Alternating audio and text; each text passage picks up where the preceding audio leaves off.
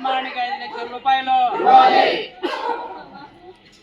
చంద్రబాబు నాయుడు ఎన్నికల హామీలు ఏదైతే ఉన్నాయో తాను అధికారంలోకి వస్తే పట్టణ ప్రాంతాలలో 2 సెంట్ల జాగా, అదేవిధంగా గ్రామీణ ప్రాంతాలలో 3 సెంట్ల జాగా ఇచ్చి ఇంటి నిర్మాణ వ్యయాన్ని 4 లక్షలకు పెంచుతానని చెప్పి చెప్పడం జరిగింది. అధికారంలోకి కూడా వచ్చారు.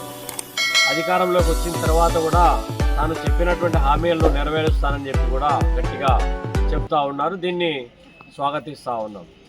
ఇప్పటికి 5 మాసాలు అయింది.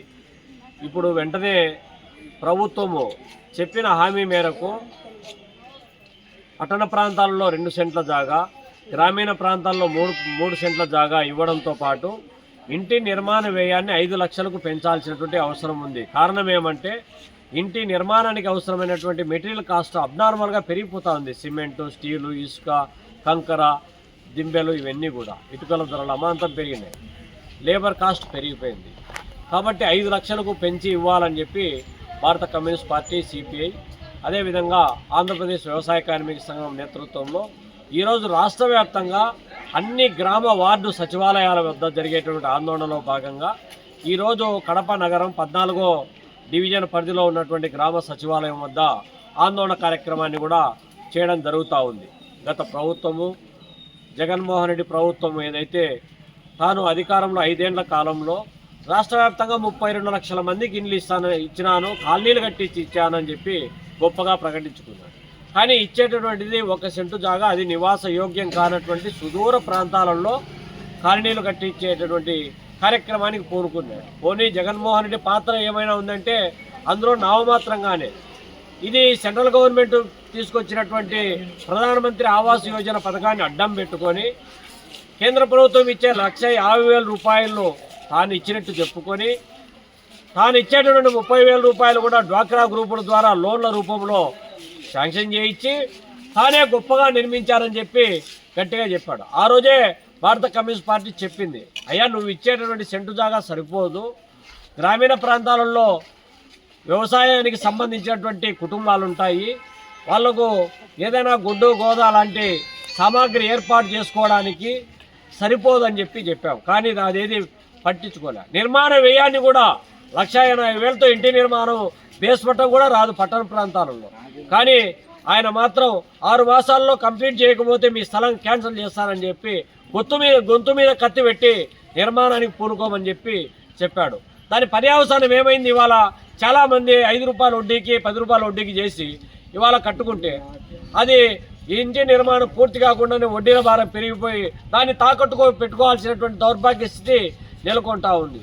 పైగా పట్టణాలలో కానీ గ్రామాలలో కానీ విలువైనటువంటి ప్రభుత్వ వంక, వాగు, చెరువు, రస్తా, అసైన్డ్, దేవాదా, ఈన, వక్ఫ్ బోర్డు భూములన్నీ కూడా ఆక్రమణకు గురవుతూ ఉన్నాయి.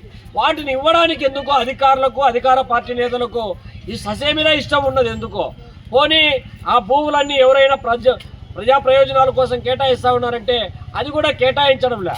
ఎవరో డీకేటీ మాఫియా గాళ్ళు ఆక్రమించుకొని ప్లాట్లు వేసుకొని అమ్ముకుంటూ ఉన్నారు తప్ప నిజమైనటువంటి పేదలు అధికారుల చుట్టూ, పాలక వర్గాల చుట్టూ తిరిగి ఎక్కడా కూడా స్థలం దొరకనటువంటి పరిస్థితి. అనివార్యంగా ఎవడైనా గుడిసేసుకుంటే వాడి మీదికి పోలీసులు పురమాయించి రెవెన్యూ అధికారులు కేసులు పెట్టి జైల్లో పంపించేటటువంటి విధానానికి పూనుకుంటా ఉన్నారు తప్ప ఈ రాష్ట్రంలో నిజమైనటువంటి లబ్ధిదారులకు స్థలాలు ఇవ్వడానికి, ఇంటి నిర్మాణం చేపట్టడానికి, వాళ్లకు జీవితంలో ఒక స్థిరత్వాన్ని ఏర్పరిచేటటువంటి నైతిక బాధ్యతను, జీవించే హక్కును కాపాడాల్సినటువంటి బాధ్యతను పాలక వర్గాలు అడుగడుగున విస్మరిస్తూ ఉన్నాయి. ఇది ఒక భాగమైతే గతంలో చంద్రబాబు నాయుడు ఇచ్చినటువంటి టిట్కో ఇళ్ళు ఏదైతే ఉన్నాయో ఆ టిట్కో ఇళ్ళు ఇప్పటికీ పూర్తి అయిపోయి ఎక్కడ కూడా అలాట్మెంట్ కాక 5 సంవత్సరాల జగన్మోహన్ రెడ్డి పాలనలో వాటికి మరణశాసనం చేసి వాటిని కేటాయించకుండా అడ్డంగా నిలబెట్టేసినటువంటి ఘటనలను మనం చూస్తూ ఉన్నాం.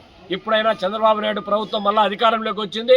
ఇమ్మీడియట్గా ఈరోజు వెంటనే ఎవరైతే లబ్ధిదారులు ఉన్నారో వాళ్ళందరికీ వెంటనే అలాట్ చేసి వాళ్ళ కేటాయించినటువంటి ప్లాట్లు ఇవ్వాలని చెప్పి ఈ సందర్భంగా డిమాండ్ చేస్తూ ఉన్నాం. కొన్ని చోట్ల ఇంకా మౌలిక సదుపాయాలు కల్పించినటువంటి టిట్కో ఇళ్ల స్థానంలో వాటిని కూడా పూర్తి చేయాలని చెప్పి కూడా డిమాండ్ చేస్తూ ఉన్నాం. ఈ ఆందోళనకైనా ప్రభుత్వము స్పందించని పక్షంలో ఈరోజు గ్రామ సచివాలయాల దగ్గర జరిగే ఆందోళన, వార్డు సచివాలయాల వద్ద జరిగే ఆందోళన, రేపు పొద్దున తహసీల్దార్ కార్యాలయం వద్ద, రేపు పొద్దున ఆర్డీఓ కార్యాలయాల వద్ద, అల్టిమేట్గా జిల్లా కలెక్టరేట్ కార్యాలయాల దిగ్బంధనానికి కూడా వెనకాడేది లేదని చెప్పి ఈ సందర్భంగా హెచ్చరిస్తా ఉన్నాం.